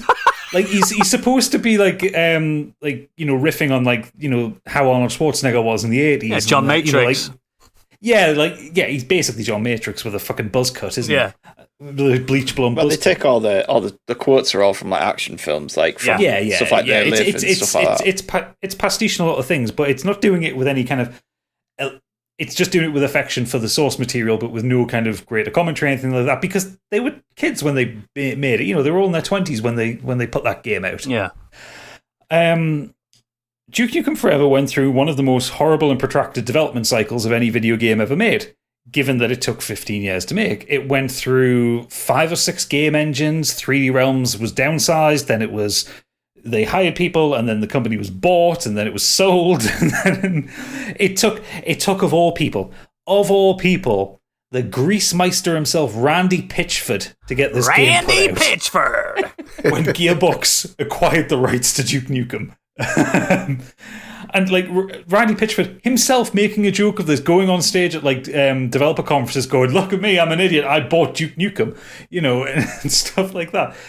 The game dropped in 2011, and it was definitely a game made in 1997. Mate, I bought it day one. I was so ready for it. I was so ready for it. The problem with a game like this, which is reliant on pop culture references and kind of nerd fandom and stuff like that, is if you write those pop culture references in 1999, they're not going to make much sense in 2011. Nope. And the game was immediately set after the 3D as well. So the jokes were like, "I'm going to party like it's 1999," that kind of stuff. So bad. And I mean, the plot makes no fucking sense because it's been written so many times. Yeah. In the plot, I'm just going to read like the first paragraph of the Wikipedia for the plot because you just need. There is a plot. 12 years after he saved the Earth from an alien invasion, Duke Nukem is a worldwide icon and has achieved great fame from his heroic deeds, becoming a successful businessman and celebrity multimillionaire. After sampling a video game based on his past heroics, the game Duke plays is a revamped version of the final level of the 3rd episode of Duke 3D. He arrived on the set of a talk show for an interview. On his way to the show, Duke witnesses news broadcast announced that aliens have once again invaded. Unlike previous encounters, the aliens initially appear peaceful and at first seem to pose no harm to the humans of Earth, which we all know is a fucking lie. Because they just start killing everybody. The game's mechanics would have been fine in like 2002. Like, the level design is shit. The game handles like a bag of spanners on no matter what you're playing it on. It's so rampantly sexist and awful. The first thing that you see when you get out of the tutorial level is Duke look down as 2 twins kind of come up from a simulated blowjob in front of him.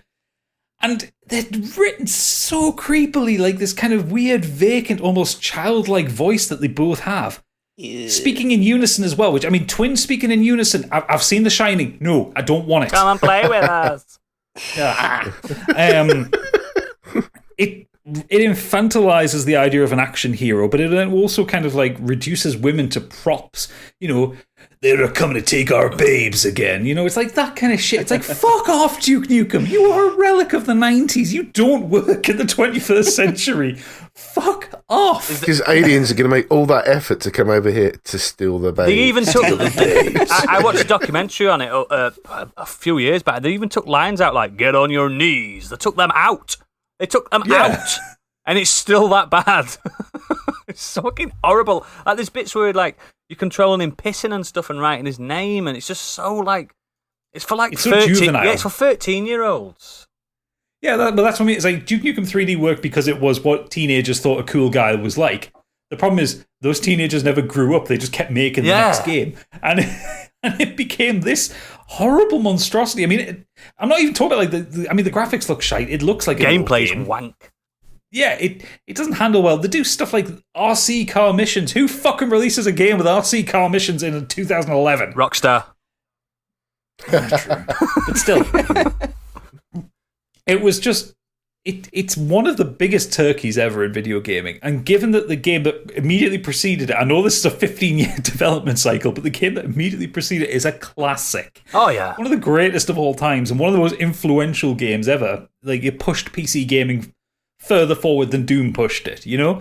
Like, that came out and Quake came out shortly afterwards, and those two games, like, you know, like, it was after that people went in really hard on like video accelerator cards and 3D graphics, and you know, they both helped push the medium forward. It's this is a genuine thing. This is a thing grown-ups can do, you know. Because remember, up to the mid-90s, gaming was still seen as like a kid's thing. Like, a Mega Drive was a toy, a Nintendo was a toy. Still are. Like, no, this is serious shit now. You know, like these are 18-rated games for adults that challenge adult themes. I think there was going to be a Duke Nukem movie at one point. There was. I swear. There was. Yeah. It's because of Duke Nukem Forever. Dolph Lundgren was almost. Yeah. I think you're right, yeah. Because imagine him doing the Duke voice. You might know this already, Gadget, but because of Duke Nukem Forever, that's why the spin-offs were all third person, because they weren't allowing them to do another like 3D FPS. They were like, no, you can't, because that's going to be the next one. And like Time to Kill and stuff. Can you remember them games? They were awful. They were proper awful. Time to Kill was all right. It wasn't bad, but it wasn't good either. Land of the Babes was offensive to everybody with eyes. Manhattan Project was all right. One of the worst looking games I've ever played. That was the 2D one, wasn't it? No, it was the kind of third person behind him action adventure one, Land of the Babes. No, the Manhattan Project, that was the 2D one. Oh, Manhattan Project, that was a 2D one. That wasn't terrible. The weird thing is, though, they released some DLC for it called The Doctor Who Cloned Me. What? Yeah, and that was developed after it came out. It's actually not bad, because it's written by people in 2012. Shut up, I didn't even know that.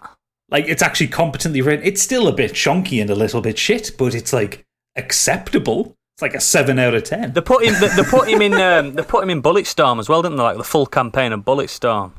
Yeah. So they're all saying that's kind of a sequel to like a spiritual sequel, because Bulletstorm's a bit daft, isn't it?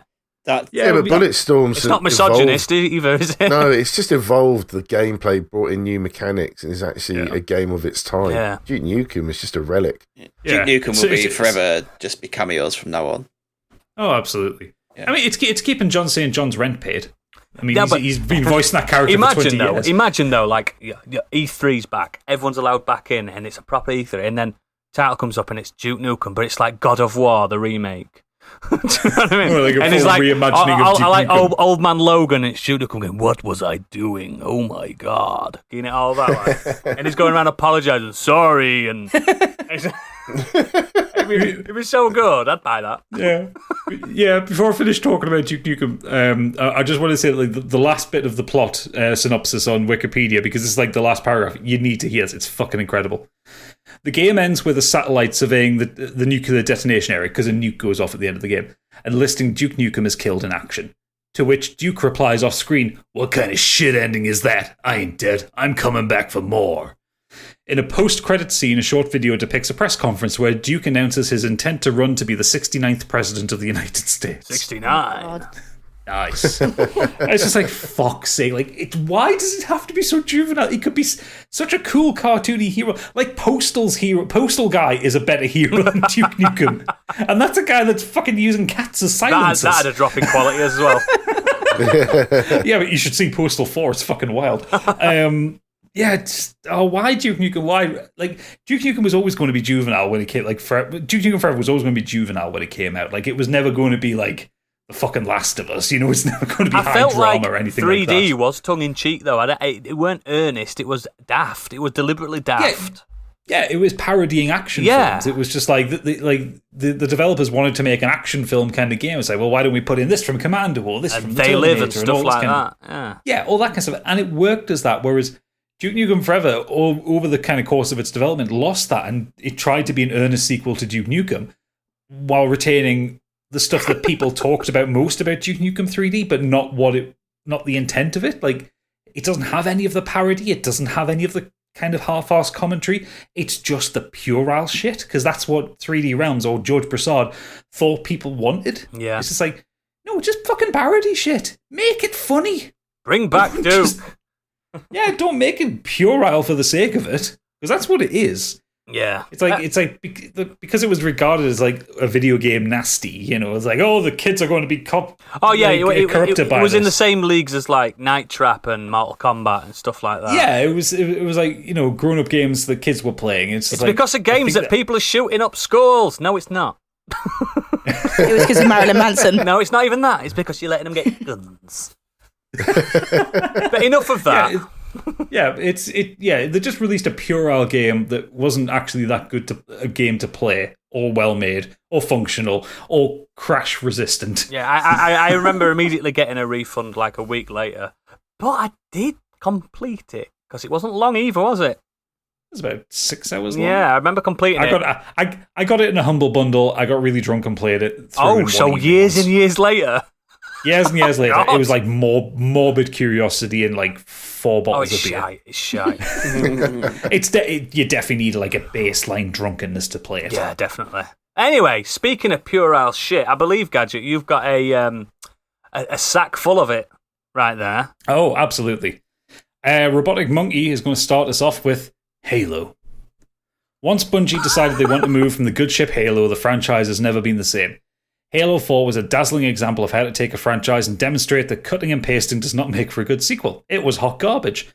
A story that is, your AI has gone space crazy and now it's time for you to go and push a space gorilla into a giant swirling hole in the ground. I didn't even play Halo 5. There was a slick ad campaign where the Master Chief was the baddie. Turned out that was a bait and switch. I've only played Halo 1, 2 and 3 and I like them a lot. Yep, same. Yeah. Reach is also excellent. Yeah, I might try Reach, and yeah, I've heard Reach is really good. But yeah, I remember like people saying, don't bother with 4, don't bother with 5. I think Robotic Monkey's kind of hit on it. It's a cut and paste job. It's like 343. Yeah, they can make a functional game. Yeah. But they don't have what Bungie had. Like, they don't have that spirit of Halo in For them. me, by the time like 4 and 5, I don't know if it adds up, but Destiny were alive. You know what I mean? I was all about that. Oh, well, yeah, Destiny was out when Halo 5 came out. It just hit better. The controls were better. Like, I'm not a big FPS player, but when the controls are bang on and the shooting feels bang on, I'm there. Yeah, absolutely. And speaking of which, Halo Infinite had a fucking bad drop in quality. Well, we're yet to find out. I will not have a word said against Craig. Craig, yeah, friend of the show, Craig. We'll get him on one day. Oh God! Imagine if that drops in December and it's utter shite. It won't be. They put so much into it. It's going to be great. It's going to be a great 3 hours. Literally, that bit with Craig it's the minuscule seconds, isn't it? It's like bam, moved on. Yeah. But yet the internet is just like just going to pause it there. That's because YouTube lets you like slow things down, and they just frame everything. They go, oh, they do it with Spider-Man trailers and stuff like, oh my god, look at Craig. Oh, Craig. Hi, Craig. Anyone who's not been like in internet culture in the last year is going to have no fucking clue what we're talking about. Just Google Halo Craig. He is gorgeous. Gorgeous. He is absolutely classic lad. gorgeous. Chris Hemsworth of gaming. He is, basically. But just to go back to Halo, I think actually it dropped off for me after the first one. Wow. I thought the first one was fun and there was a little bit of humour and that kind of Halo 2 is my favourite. Didn't do it for me. First one, Have great. you Second, played the Master Chief Collection yet? No. If you do, check out Halo 1 and you can flick between the original and the updated graphics. It's really impressive. I don't think I've got the storage space to have the Master Chief Collection on my Xbox. It's probably about it shows you how much effort's gone into the remaster. 122 gig. Nope. It's not happening. Sat on my PC and I've just like never played it. Just like, I've just downloaded it because one day I might. Halo 1, 2 and 3 are classics. I fucking adore them. I would still encourage you to play Reach. Reach is really good. I will do.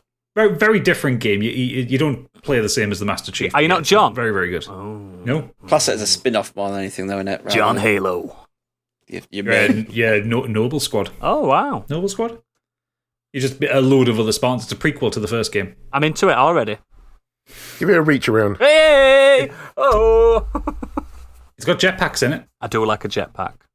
Big fan. Anyway, moving on. Super Natty Cat has said, what about the anime Bleach? Oh, my yeah. God, so good, and then it crumbles to shit after the 6th season. Oodles, this is a you. No, she's absolutely spot on the money. It just absolutely went...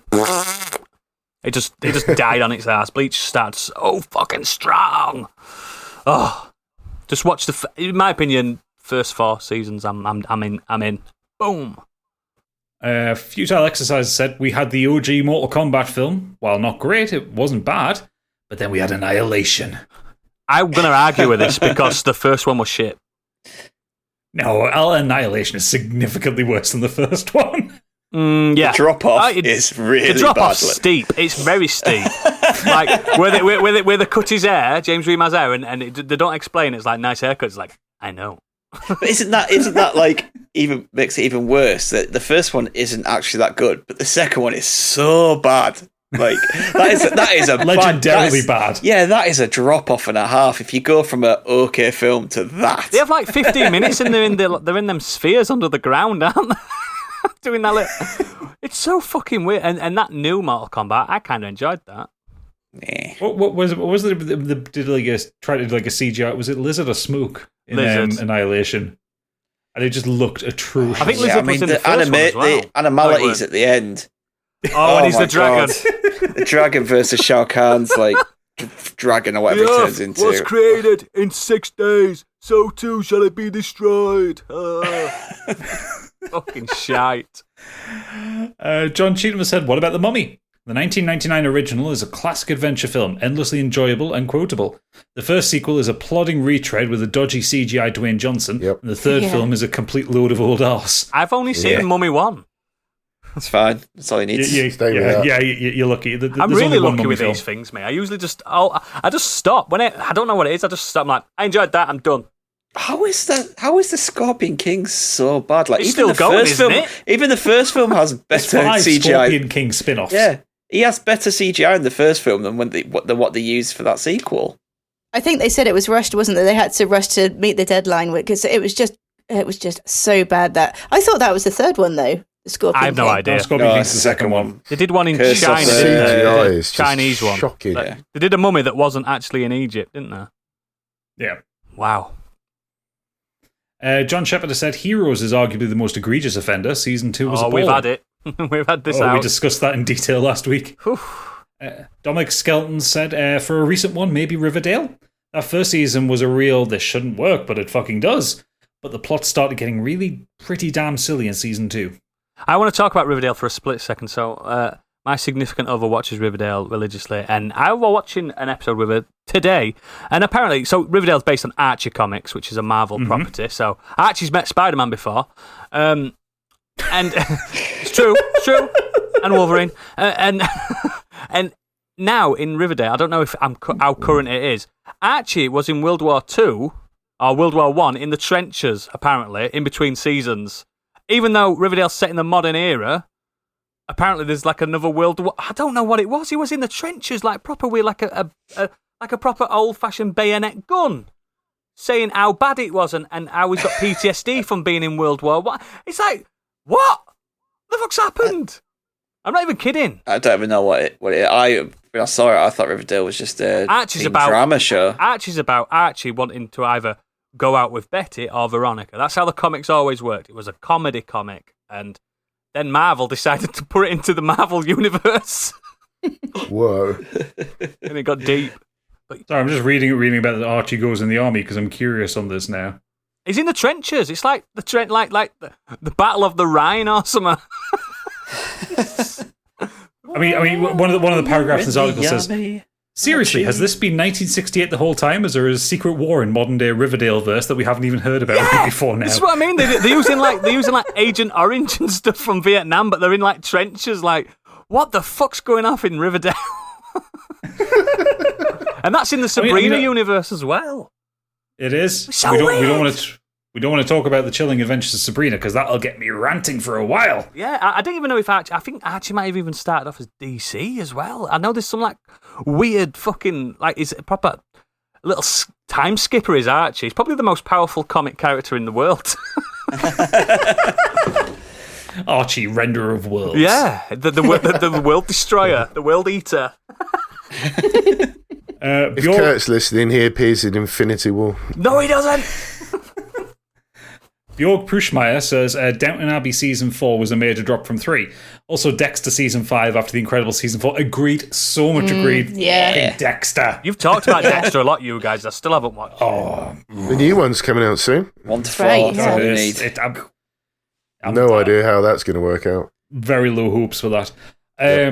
Last up, Angry Kurt Best Boy says, Hi, ME Crew. I can think of many suggestions, which I'm going to reel off here. The most obvious example is Indiana Jones and the Kingdom of the Crystal Skull, Yep. but that has been spoken about before and obvious to everyone. Second, I will go with the Bourne Legacy. The first 3 Bourne films were great action espionage films, but this 4th entry with Jeremy Renner was utterly forgettable. The Bourne films have great scenes in them, such as the sniper in the Waterloo Station sequence, but the only thing I can remember about Legacy is that Matt Damon wasn't in it. I liked it, but agree, it's got nothing on the Bourne. I've got a. I did actually enjoy that It had very little to do with the Bourne franchise in general. I've got an announcement to make. You've never seen a Jason Bourne film? I've never seen a Jason Bourne film. Wow. You'd enjoy them. They're so good. You should watch them for Patreon once we finish with Too Fast, Too Curious. What, Oodle's Barn? Oodle's Supremacy? Yeah. Yeah, but it's not as fun listening to someone going, This is really good. This is really good. This is really good. Yeah, because I like Matt Damon, but yeah, I've just never got. I've seen bits. I've seen the bits where he's having fights in the apartments and he's fighting with Penn and stuff like that. And I've seen loads of bits of it. I don't know which film, but yeah, I've seen them bombing about in a mini. Were they in a mini on one of them? Yep. Yeah, I've seen. I know he gets like picked up on a boat and he's insomniac or something. But Amnesia. is that what it is? Insomniac. What am I on about? He can sleep. Yeah. He just can't remember. I remember everything, but I just can't sleep. Maybe that's a sequel. And Kirk goes on to say, shout out also to FIFA 08, which was the first to hit the PS3 360 generation of consoles, and even though I can't put my finger on why, but FIFA games since then have never been as fun to me. Perhaps it didn't help that it coincided with Derby's worst ever season in the Premier League, so playing as them wasn't much fun, and any thoughts of football at the time weren't great. But I still felt the gameplay was lacking. Explain that one. Did Derby have that bad a season? Yeah. Yeah, got the worst record ever, like for a relegated team. Yep. 14 points. Oh, is it 11? FIFA got bad when I had to when Leeds weren't in Premiership anymore, and I had to go to a different division. That's when it got bad. I mean, the thing with FIFA and Pro Evo as a game is just that Pro Evo simulated the game of football really well. I felt like it were more arcadey. FIFA just never quite caught that until later on when they realised people were just fed up with another FIFA every year, just no better than the previous You all run ones, Virtua Soccer, what best? Pro Evo was like absolutely smashing it in the mid-noughties, and then for some reason FIFA managed to turn it around, but now it's just the same game like every year. I mean, are FIFA's considered good now? Not really. All the community just complains about them every year. Like I bought FIFA 21 on Switch, and it were like. Oh, so you bought FIFA 19? Yeah. I knew this, but it were like £6 on sale because they were just trying to flog a FIFA, and it's actually all right. Just on a little sweet. I'm not expecting fucking grass physics. They focus too much on the business model of the foot teams and not the Master League. I can't think what it's called in Pro Evo. Their version of it, and it's just that's where all the focus has gone. They want to make money. They want that transaction. I can't speak. The microtransactions, the loot boxes, the gambling side. They want people's money. They don't care about the actual game of football that people want to play. That's the problem. Oh, pour one out for FIFA. Yeah. So, and that's the end of the mailbox. Wow, that was a drop in quality. I'm joking. I just needed to say it. Right, excellent. So, it's time for the socials, which is a peak in quality, in my opinion, and you get a little sneak peek also of what we'll be doing next week. Yep, we have a new website that's recently launched, which is modernescapism.co.uk. On there you can find a link to all of our social media, and our contact details. If you do have any comments or you have any mail for us, you can either tweet us or email us at modernescapismpod@gmail.com, or you can find us on our lovely, lovely Discord server.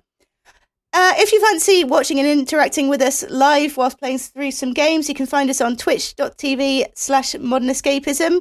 Biggie's currently playing through Dark Souls, usually on Mondays. I run a weekly horror stream on Thursdays. I'm currently playing Outlast. Gadget Stick and Noodles host variety streams throughout the week. The best place is for you to check our Twitter to see when we go live. You can find us on patreon.com. We've already spoken about that, but we've got 3 tiers, £5 for Modern Escapees, £5 for Scorched, or £7.50 for the Biggie bundle, which gets you both. Next week's subject is Best Ensembles. Ooh. So, which films... It's going to have to be films, isn't it? It could be like super groups, bands and stuff like that. TV shows. TV shows, yeah. Not so much... Stig's not allowed to mention the Marvel Universe. He is. It's not so much games and books on Find this something one. different. But yeah, and guys, you can't vote for us because we're a great ensemble.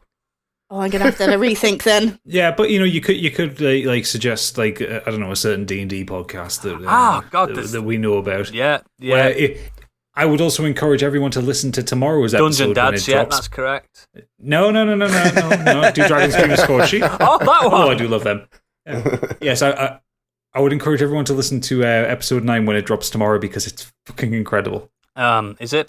If I do say so myself. I didn't enjoy it as much as you.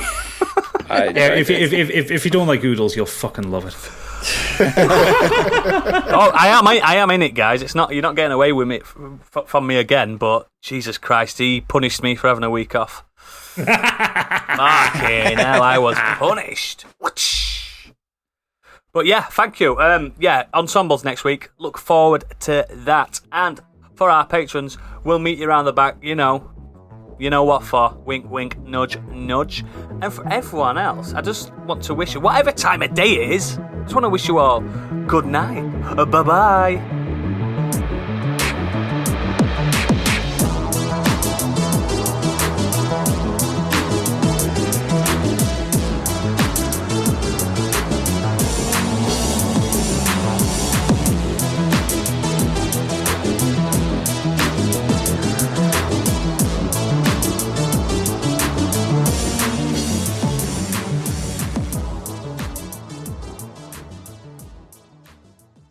Sorry. Not where I watched it, though. I will read in my notes a second. You can skip this. You can cut this bit out. 1 second. Just made a glaring error on my notes. He's talking about the wrong thing. Shit, that's next week's. No. No.